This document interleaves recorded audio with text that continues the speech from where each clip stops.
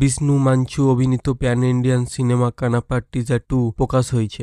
এই সিনেমায় একাধিক বড় বড় তারকাদের কেমিও দেখা যাচ্ছে। কানাপ্পা একটা এমন ক্যারেক্টার শিবের বড় ভক্ত হিসেবে জানা যায়। মহাদেবের এত বড় ভক্ত যে নিজের জীবনটাই দিয়ে দিতে পারে। প্রভাস এখানে কেমিও রোল প্লে করছে। অক্ষয়কে এখানে শিব হিসাবে দেখা যাচ্ছে। শিবের দূত হিসাবে প্রভাসকে দেখা যাবে। সনাতন ধর্মে একটা কাহিনীকে নিয়ে এই গল্পটা করা হচ্ছে।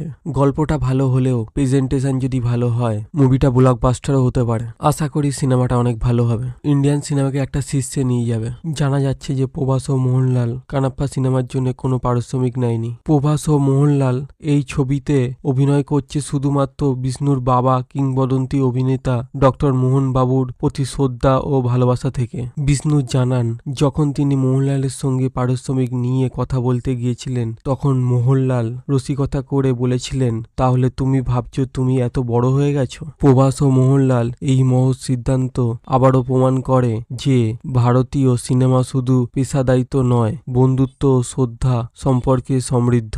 আশা করি সিনেমাটা ভালো হবে। তোমাদের কেমন লাগলো টিজারটা কমেন্টে জানাও।